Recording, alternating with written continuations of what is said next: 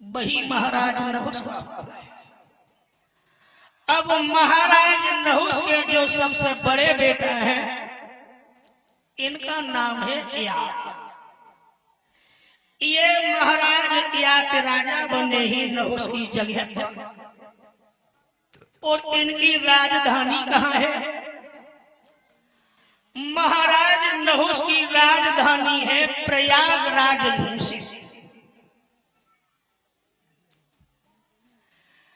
इधर पवन कुमार यादव जो ग्राम कोला फरुखाबाद से आए हैं, 101 रुपए की मुद्रकाओं से सम्मानित कर रही है चंद्रवंश की कथा में।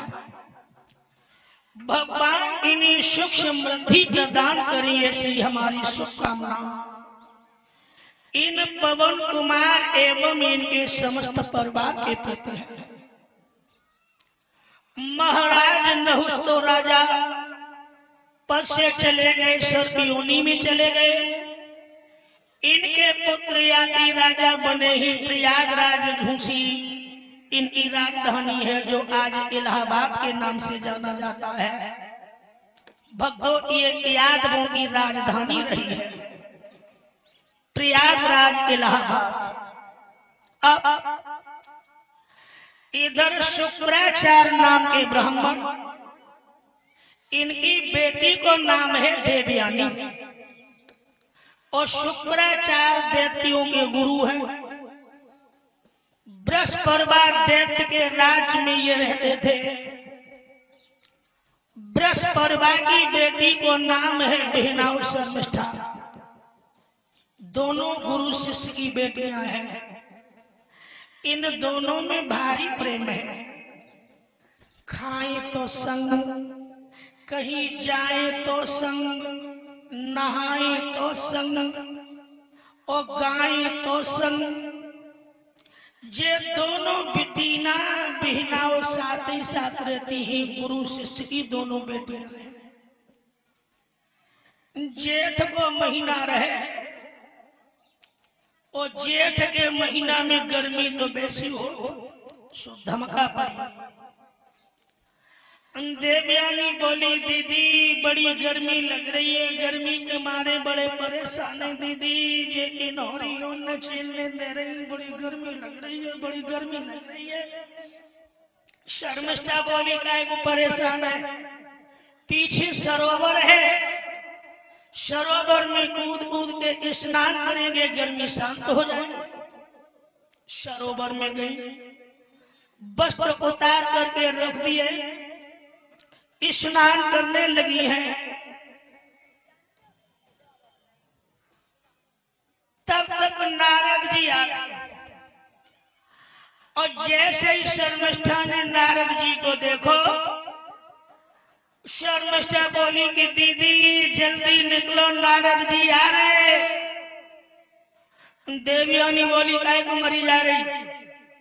नेक देर पानी में डूबक लगा जा, और तब तक नारद जी निकल जाएंगे, फिर कूद कूद के नहाने लगे।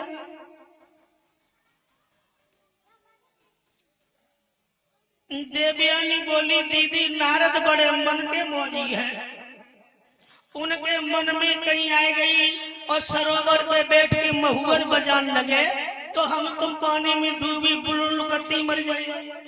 तासु जल्दी निकलो। दोनों बेटियां जल्दी निकली हैं, और जल्दी में बिहनाओ वस्त्रों की अदला बदली हो गई। देवयानी वाले वस्त्र शर्मिष्ठा ने पहन लिए, और शर्मिष्ठा वाले वस्त्र देवयानी ने।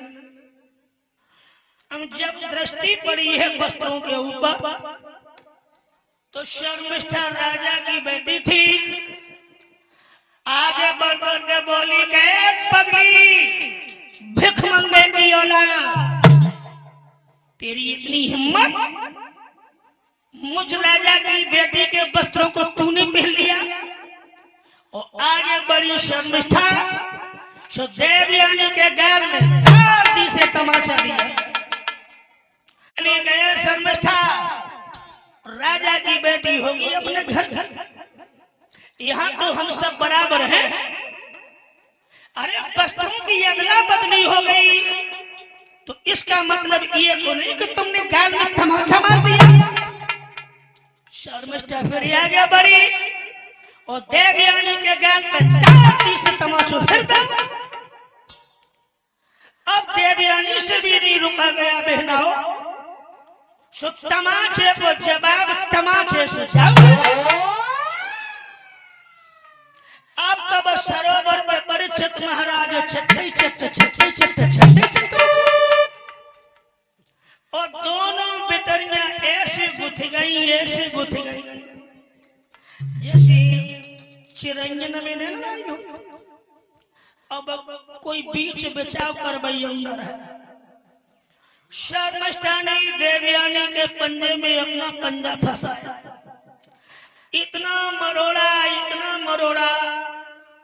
देवयानी पीछे की ओर पीछे हटती गई। बोली दीदी पीछे कुआं है, मैं कुएं में गिर जाऊंगी।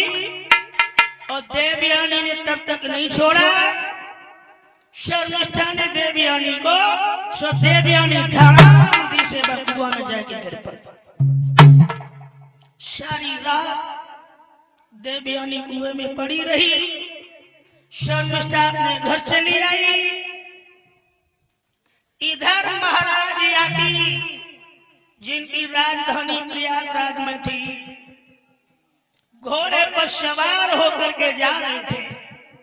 और एक बात और बताऊं भक्तजनों कि जिस कुएं में देवयानी को गिराया गया था ये कुआं आज भी मौजूद है राजस्थान। अगर आप राजस्थान में कभी परवश के लिए गए हो, मथुरा से अजमेर के लिए जो रेलवे लाइन गई है इसी पर फुलेरा जंक्शन पड़ता है। फुलेरा जंक्शन से 11 किलोमीटर पश्चिम में सामरनेक नाम की झील है। इसी के निकट देवयानी नाम का गांव है। ये कुआं भी स्थित है जिस कुएं में देवयानी को डाला गया था। सन 1995 में जब हम अपने गुरुदेव सुरजन चेतन जी के साथ में थे तो एक रात्रि को प्रोग्राम हुआ था, क्योंकि यहाँ पर बैसाखी पूर्णमासी को भारी मेला लगता है। उस समय मैं साथ में गया था, तब इसे देखा था। तो आज देवयानी कुएं में पड़ी है। महाराज अपने घोड़े पे सवार होकर के जा रहे थे। देवयानी भीतर से आवाज लगाने लगी है, अरे यो राही, अरे यो बटोही, मेरी एक बात सुन। और बोली है वो देवयानी,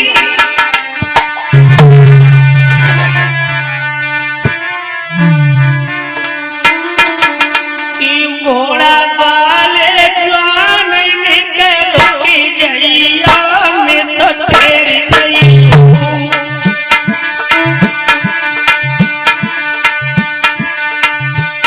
घोड़ा वाले जवान के रोकी जइया में तो तेरी नहीं हूँ।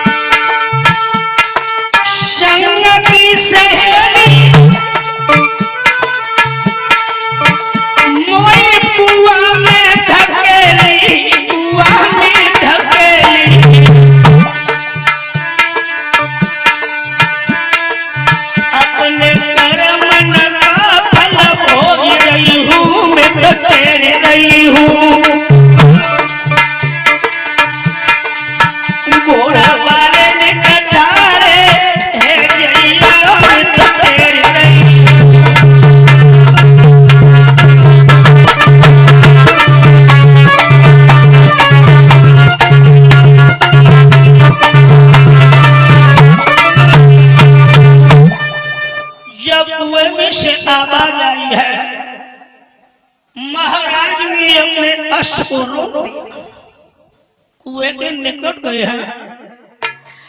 देवी कौन हो तुम? देवयानी कहने लगी है कि महाराज आप हमें बाहर निकाल लो। महाराज कहने लगे तो आप अपना परिचय तो दीजिए। देवयानी कहने लगी कि महाराज शुक्राचार्य को तो आप जानते होंगे।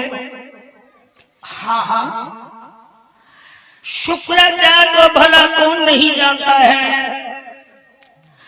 इसका मतलब ये तो नहीं कि पिताजी ने आपसे कुछ कह दिया तो तुम आकर के कुएं में गिर पड़ी। देवयानी कहने लगी पिताजी ने तो कुछ भी नहीं कहा, मेरी सहेली हमें कुएं में गिरा गई। याति महाराज कहने लगे वो तुम्हारी सहेली थी अथवा जानलेवा दुश्मन थी, मुझे निकाल लीजिए महाराज। महाराज ने अपना पीतंबर फंसाया, देवयानी की कलाई पकड़ के देवयानी को बाहर निकाल दिया। महाराज कहने लगे देवयानी अपने घर जाओ, आज के बाद ऐसी गंदी लड़कियों के साथ कभी खेलने के लिए मत आना। देवयानी कहने लगी महाराज आपने मेरा परिचय तो ले लिया, लेकिन आपने अपना परिचय हमें नहीं दिया। महाराज कहने लगे ही मैं महाराज याति, मेरी राजधानी प्रयागराज झूसी इलाहाबाद है। देवयानी कहने लगी महाराज फिर तो सोने में सुहागा। क्या मतलब? मतलब ये है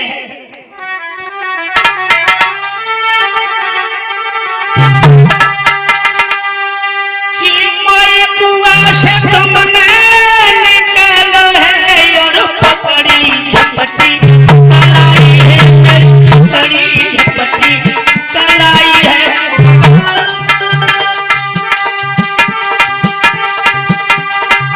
मेरा हाथ पकड़ के मत छोड़ो, मोई दुल्हन ले बनाई है राजा दुल्हन ले।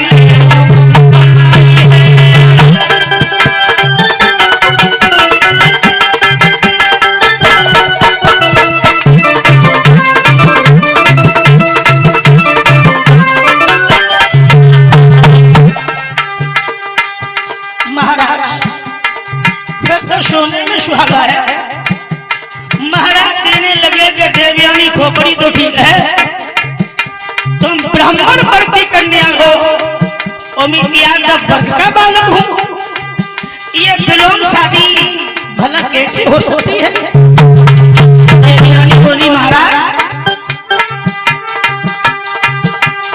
यदि ब्राह्मण कुल की बेटी को श्रीमान अगर अपनाएंगे तो यादव कुल में राजा ये चार चांद लगी जाएंगे, राजा चार चांद लगी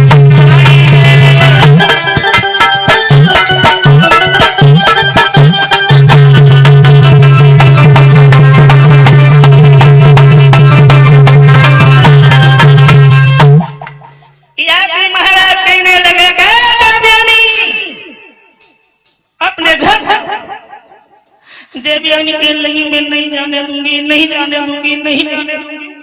और आगे बढ़ी देवयानी, सो देवयानी ने घोड़ा की लगाम पकड़ा, मैं आपको जाने नहीं दूंगी। महाराज याति ने बहुत समझाया, देवयानी नहीं मानी। महाराज याति कहने लगे कि देवयानी मेरी रास्ता को छोड़ दो। मेरे भैया लेकिन देवयानी नहीं मानी। महाराज ने तीव्र गति से घोड़ा में चाबुक मारा, घोड़ा आगे की ओर बढ़ा और देवयानी तड़प करके जमीन पर फटी फटी आंखों से महाराज की ओर देखती रही और कहने लगी कि महाराज आप तो हमें छोड़ करके चले गए, लेकिन एक बात सुनते जाओ। अरे काहे छोड़ाई जातो तुमन बल जान की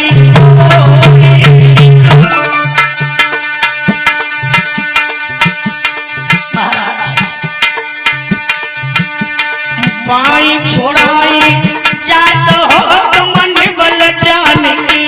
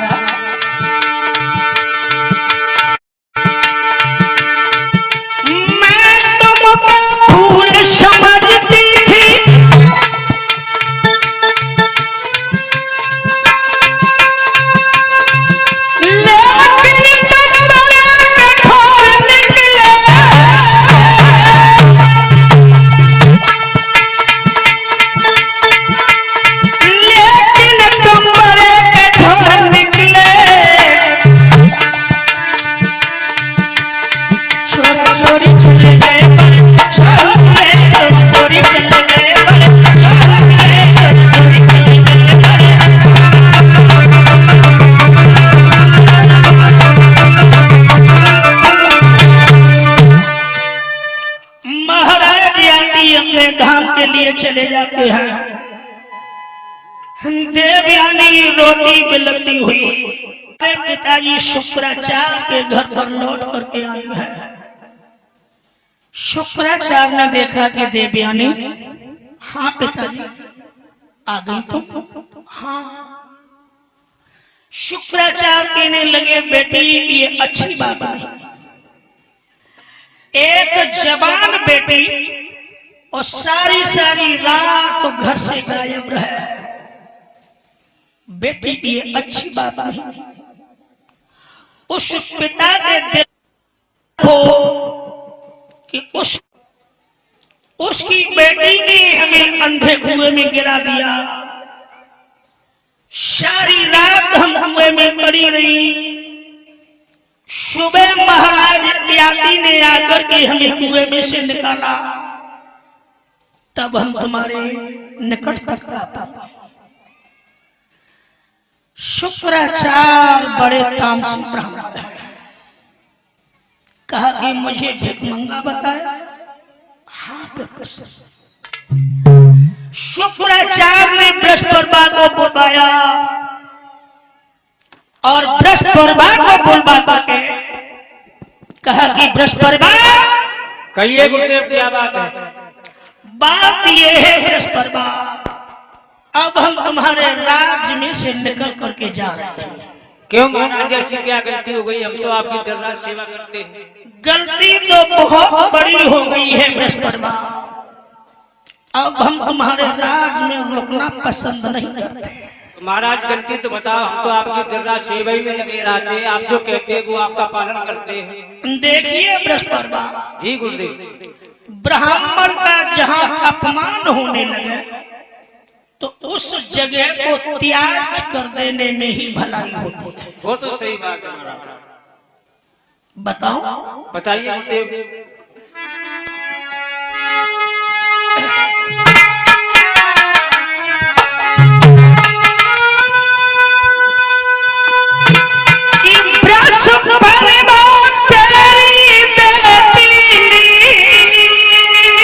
क्या कर दिया गुरुदेव मेरी बेटी ने? भिखमंगा हमें बताओ। हमारी बेटी ने आपको भिखमंगा बताया है? हाँ तो गुरु जी एक बात, अगर तुम अगर नाराज न होते, एक बात बोल दूं? बोलो। देखो, ब्राह्मण टीका को खाएं, लवण को खाएं, मरे को खाएं, जिंदे को खाएं, भीख मांग के खाएं, अगर कह दिया तो कोई बात नहीं, लड़की है। अच्छा,